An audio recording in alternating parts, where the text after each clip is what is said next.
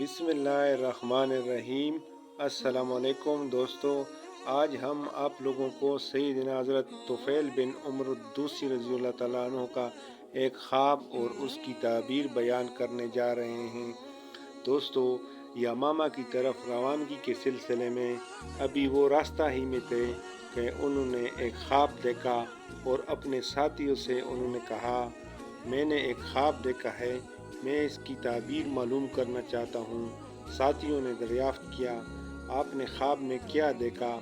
فرمایا، میں نے خواب میں دیکھا کہ میرا سر مونڈ دیا گیا ہے اور ایک پرندہ میرے منہ سے نکل کر اڑ گیا ہے اور ایک عورت نے مجھے اپنے پیٹ میں چھپا لیا ہے۔ میں نے یہ بھی دیکھا کہ میرا بیٹا عمرو بھی بڑی تیزی سے بھاگتا ہوا میرے پیچھے پیچھے آ رہا ہے، لیکن میرے اور اس کے درمیان کوئی چیز حائل ہو گئی ہے۔ تمام ساتھیوں نے کہا، خواب تو اچھا ہے۔ انہوں نے کہا، باخدا میں نے اس کی ایک تعبیر کی ہے۔ سر منڈانے سے یہ مراد ہے کہ میرا سر کاٹ دیا جائے گا۔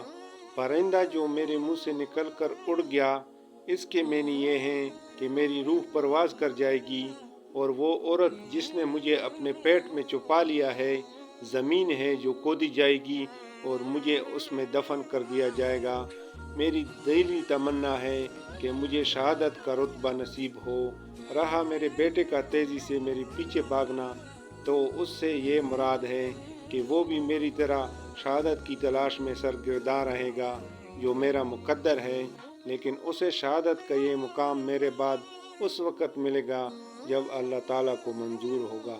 دوستو، معرکہ یمامہ میں اس جلیل القدر صحابی حضرت طفیل بن عمر رضی اللہ تعالیٰ عنہ کو بڑی کڑی آزمائش سے دوچار ہونا پڑا، اور اس معرکہ میں لڑتے ہوئے اور طرح طرح کی آزمائشوں سے گزرتے ہوئے جام شہادت نوش فرمانے کی شہادت حاصل کی، اور ان کا بیٹا عمرو بھی لگاتار دشمنوں سے برسر پیکار رہا، یہاں تک کہ زخموں نے اسے چور کر دیا، اور یہ اس طرح ارض یمامہ میں اپنے باپ کو اور اپنا کٹا ہوا ہاتھ چھوڑ کر مدینہ واپس لوٹا۔